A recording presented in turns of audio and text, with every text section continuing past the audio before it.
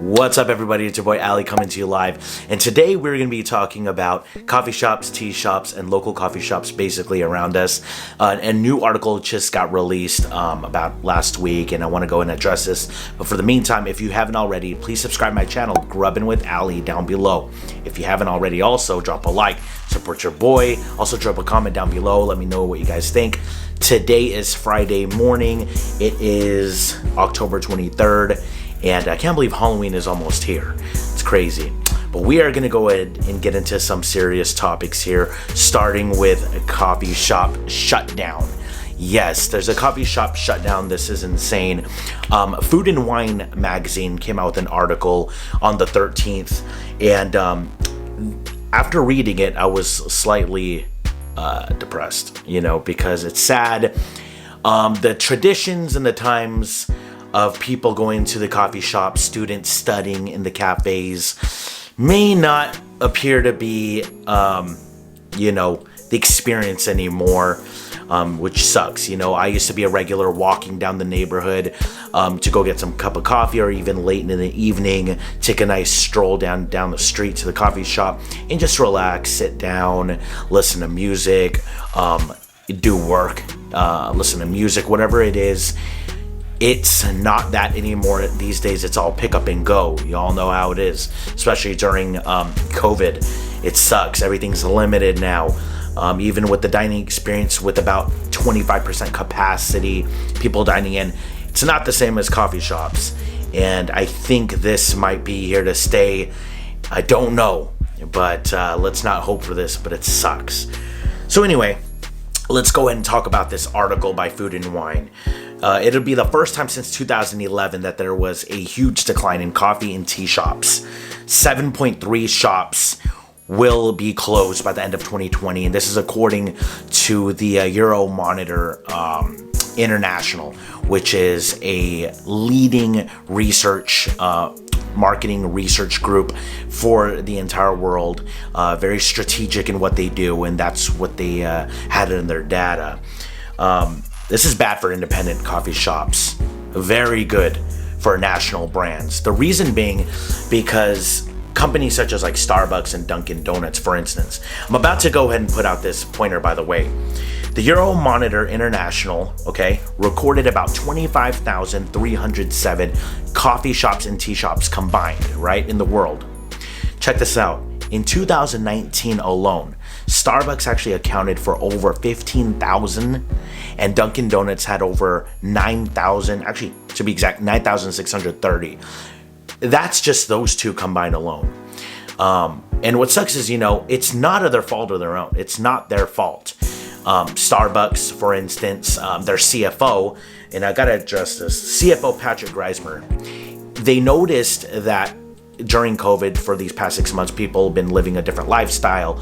So they've been analyzing how people live these days. So why not build more drive-thrus, right? So it's easy for these brand name coffee shops like Starbucks to build drive-thrus, or even Dunkin' Donuts. It's a quick, pick up your coffee, go straight to work. There's no killing time. You don't just stand there in line, or, sometimes shops could be so cluttered. The lines are out the door. There's no need for that. It's all drive-through now. So Starbucks and Dunkin' have been aiming for this.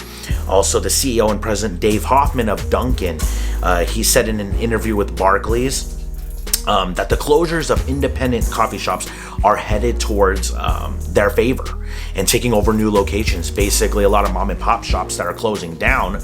Listen, Dunkin' Donuts is out there, and they are on the scope. They are making sure that when these coffee shops, I don't want to say fail, when they do stop production, they have enough revenue to go ahead and scoop that up.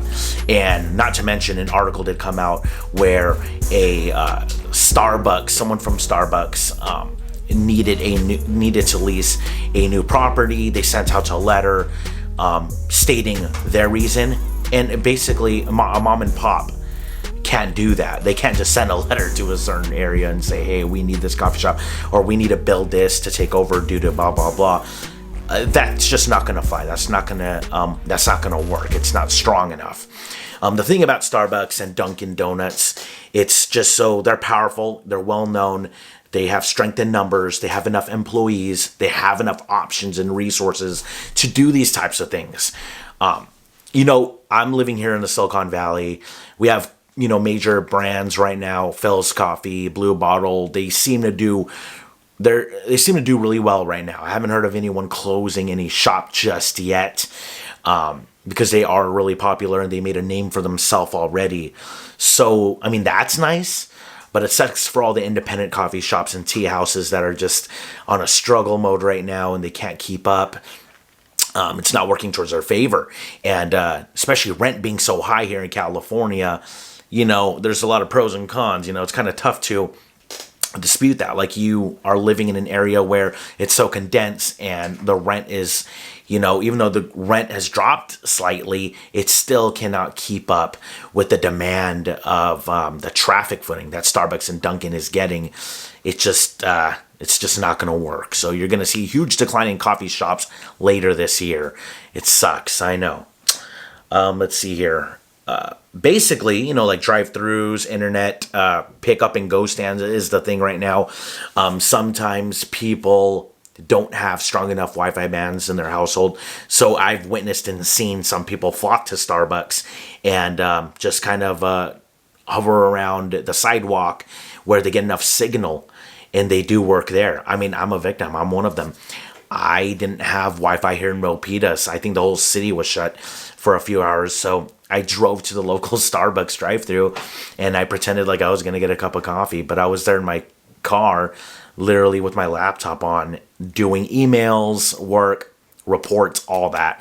And then I look up and I see about 4 to 5 people doing the same thing.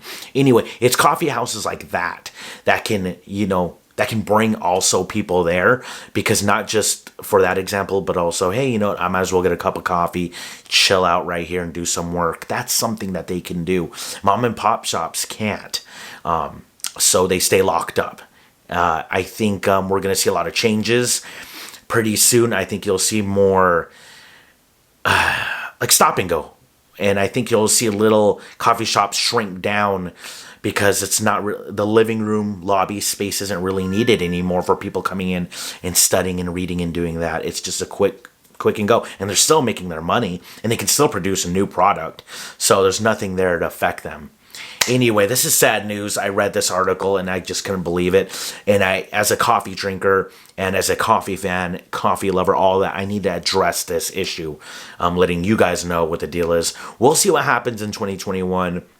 I hope that more independent shops gain access to, some type of revenue to do these type of things.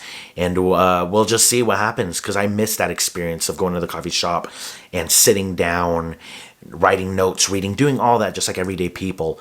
But right now, it's just kind of a quick drop-off, pick up, and go. Or you order through the apps, right? That's about it. Anyway, tell me what you guys think. That's the news for today. Once again, it's your boy Ali coming to you live. Subscribe to my channel, Grubbing with Ali. Drop a comment down below. Let me know what you guys think about this whole coffee shutdown experience and just about the topic. Also drop a like. All right, till next time.